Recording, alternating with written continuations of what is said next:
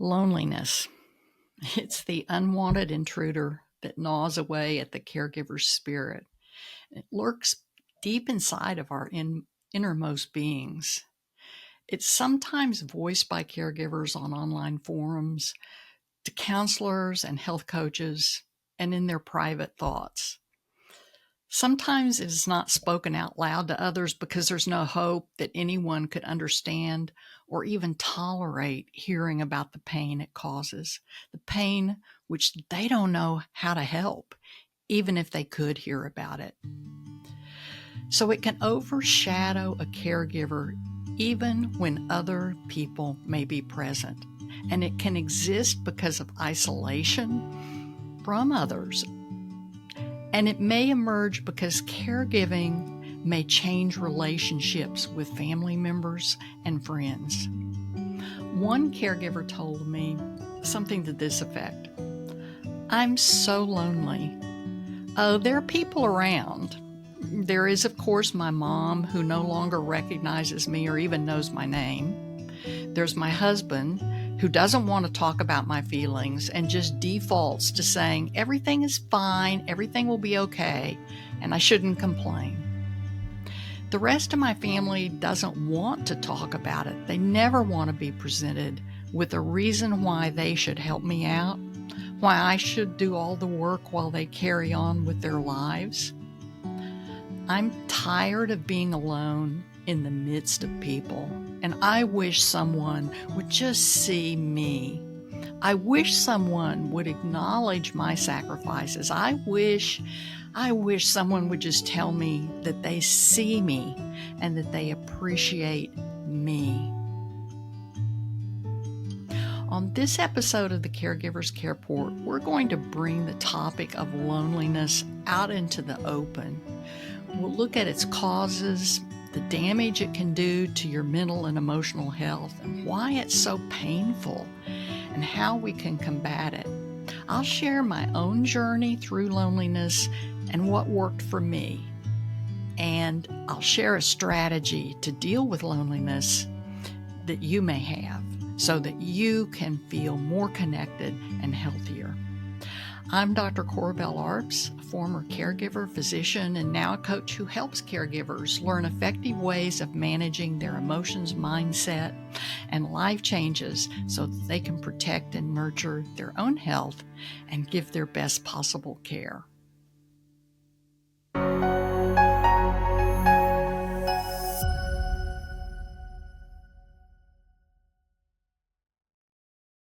So, what is loneliness? Is it just a thought or an emotion? Does it have a purpose? And why is it sometimes so loud and persistent inside of us? Well, loneliness isn't just a fleeting emotion. It cuts deep into the human psyche. From our earliest days on this planet, we've relied on social bonds for survival, safety, and well-being. We need to be connected. But why does being disconnected, feeling lonely, hurt so much? We humans are social creatures, and throughout history, human connection has been critical for our survival, from infancy to old age. In prehistoric times, being part of a group increased our chances of fending off predators, weathering harsh conditions, and finding food. Craving social connection and feeling distress when we lack that connection are just built into us. The discomfort we feel when we lack connection is our brain's way of alerting us, danger. And when we enjoy the pleasure we feel when we are connected, looked out for, valued, and have companionship, we like that and we want more of it. Loneliness isn't just about feeling sad or empty. It triggers a complex cascade of negative emotions and psychological responses.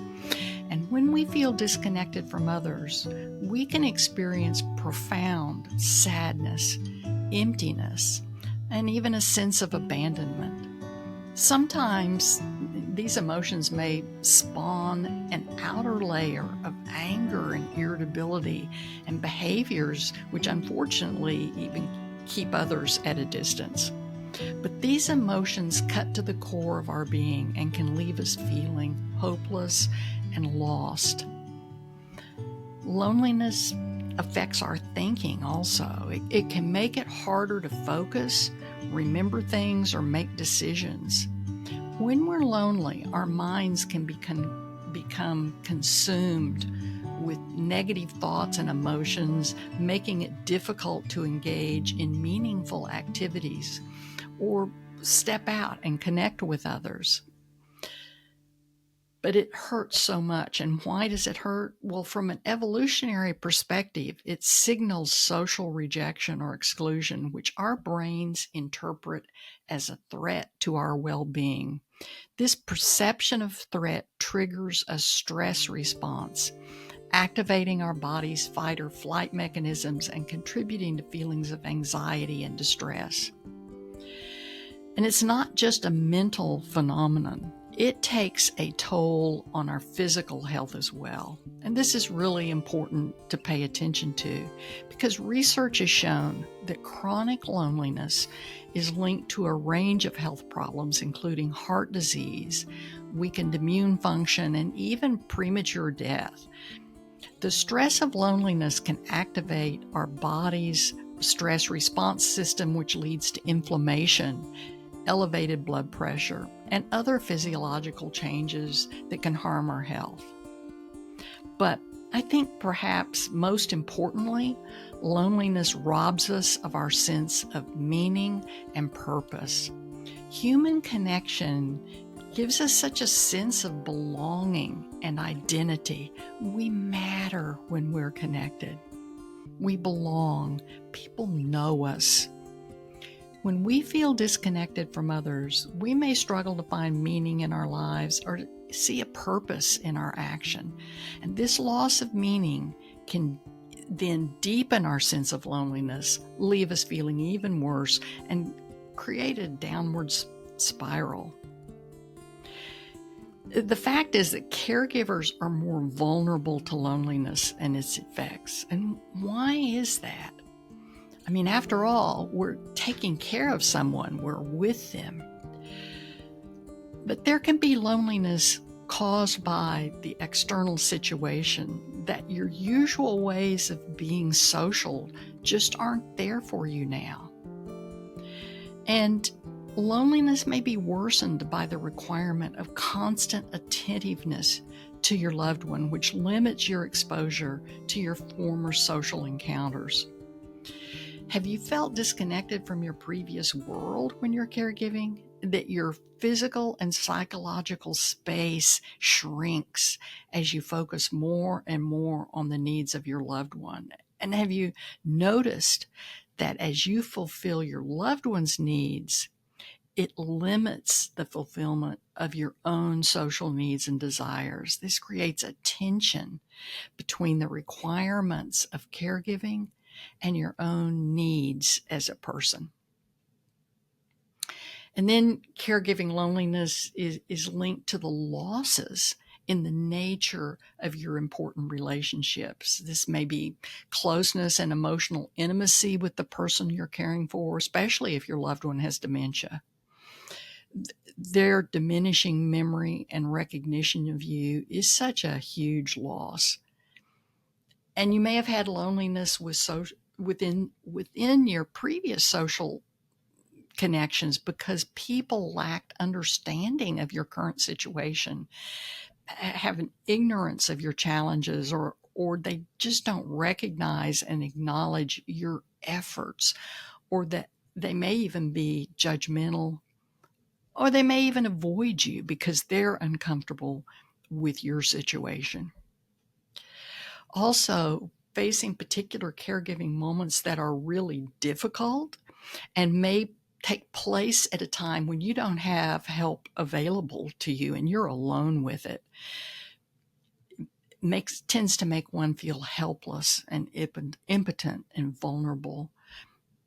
Adding to this, the burden of responsibility of your loved one's welfare can just foster a sense of failure and guilt when you can't solve their problems. I know how deep the loneliness can cut, because you see, what most people know about me is that I am a retired physician who works now as a health coach for caregivers, and that I took care of my husband who had early onset Alzheimer's. And I'm a mother and a grandmother.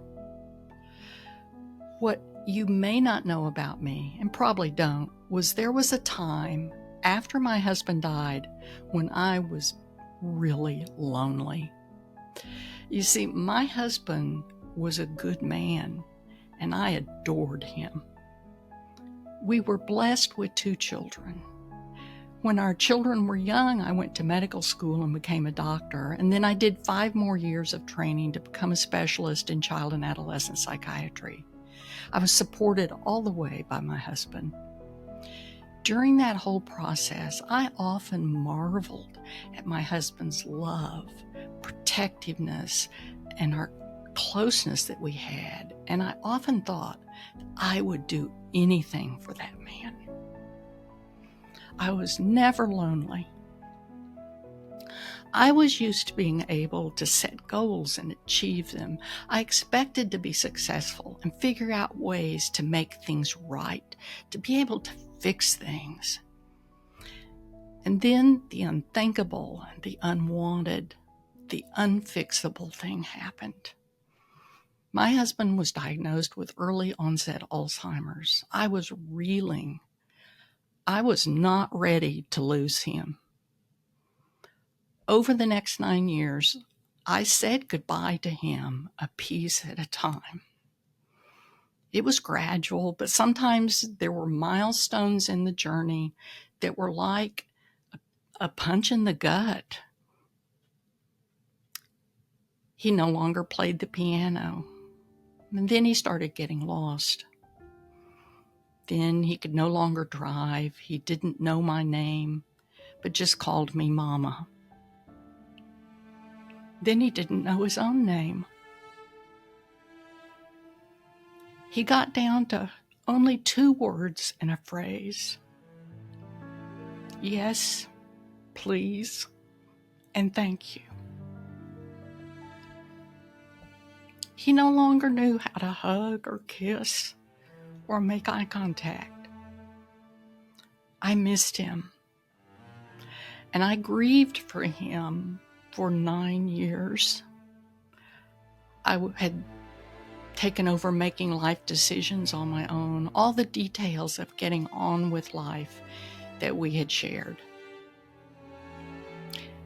At the time he died, I thought that surely I had already done most of my mourning, but I still had much grief, and the ache of loneliness became even greater.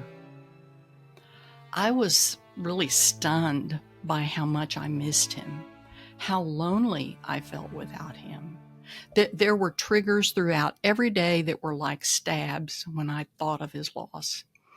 For weeks after his passing, when I returned home from work, turned into our driveway and saw our empty home, I would weep loudly. I missed him terribly. I felt alone. Even though our children and grandchildren, our lovely friends and family were a great comfort. But he was my husband, and I was now on my own. I'm often asked how long it took to get through the grief. Well, it's been an ongoing process, and I don't expect that it is ever completely finished, but it changes in its nature, and the happy memories and gratitude gradually take up most of the emotional space within me. For me, the loneliness was the most challenging and has been the longest part of the journey. I tried a number of things to heal. For several years, I made decisions to try to work toward healing. I eventually retired, I moved back to my home state and I tried other things, some of which were very disappointing. I got breast cancer and treatment for that. I had chronic back problems with pain. I was searching for ways to heal, but some of my choices seemed like failures, dead ends. But as I look back on it, I see that at least as I failed and felt like I was making no progress, I was failing forward. I wanted to feel whole and productive. I wanted to really belong as I had known it in the past. I just couldn't shake the empty, lonely feelings. But over time and a lot of inner work, I got clarity about my situation, and I came to realize the complexity of the losses I had sustained over the course of 15 years, and that the root of my ongoing loneliness was my lack of purpose and the loss of not only my husband and my life as his wife, which I had no control to change. I had lost my work of caring for others and many of the social and work connections that I had enjoyed over the years. And those were things I did have control over. I needed to work with people again. That had been a large part of the majority of my life, and I would make it so again. That clarity was empowering, and I saw a way that I could once again feel productive and more connected. I ended up looking into the newly emerging field of health coaching and went back to school and started a new business to help other caregivers preserve their own well-being during and after giving care. I learned a lot about myself, and I learned a lot about what to do about loneliness. Getting clarity, making goals, and taking action has been life-changing. Of course, I still miss my husband, but I am not lonely anymore. I matter, I belong to a family and several communities, and I have purpose and value. For me, my healing has come through giving to others. We all have our own challenges and unique circumstances, social relationships. We have our own personalities and our own needs. Your root causes and your journey may be different, but the pain of loneliness when we have losses and significant life changes is part of being human. I know that there are roads you can take out of the valley of loneliness. Which road will free you depends on where you're starting and your own situation and underlying causes and your own values and your own strengths. But there is a strategy which we can all use to heal. And here is the strategy. First, when you suffer from loneliness, just acknowledge and honor it. It's your body's way of alerting you that you need more social connection or more support or more belonging. Respect the fact that although it is there to alert you, if that loneliness goes on for a long time, it can actually damage your health. So taking action to treat the root causes and getting relief is really important. Then look deep inside yourself to uncover the root cause of your loneliness. What is it that you need? Go deep. Whether you are lacking people to trust, people to help you, companionship, physical touch, a group to belong to, or even people you can serve. Whatever you lack and whatever is causing that loneliness, name it. And going deep is so important, because if you stop at say, well, I lost my husband, that's why I'm lonely, Go underneath that.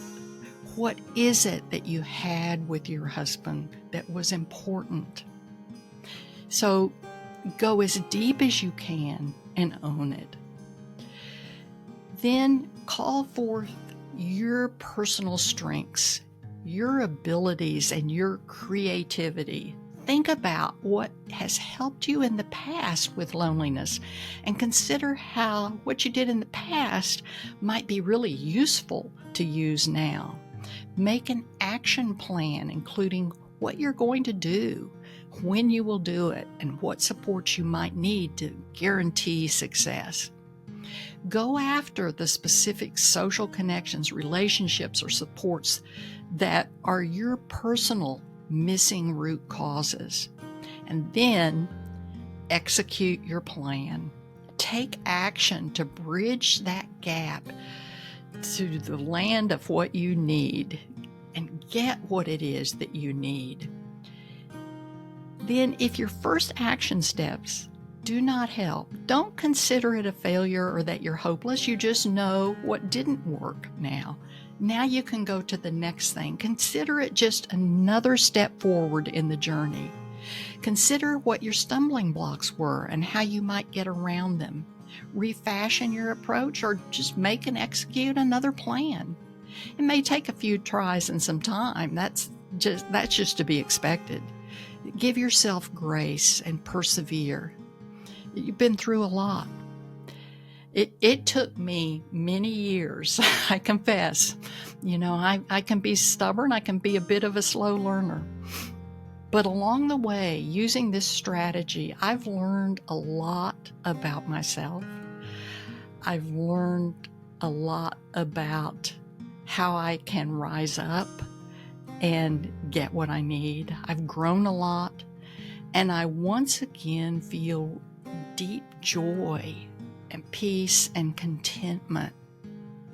I think I'm a better person because of that journey, and I wish that for you also. So dig deep, identify what you need, make a plan to get it, execute your plan. If needed, make adjustments or try a new plan, and don't quit until you meet your needs and you know you have found a sense of connection and belonging. It works, and you will feel better.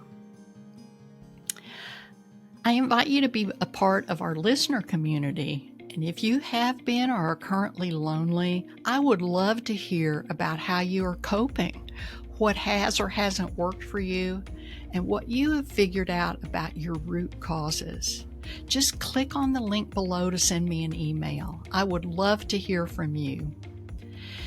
And if you know others who might benefit from this episode, please download and or forward it to them. And as always, I invite you to subscribe.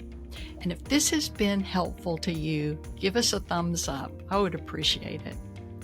Until next week, take care. This is Dr. Corabell Arps signing off for the Caregivers Careport.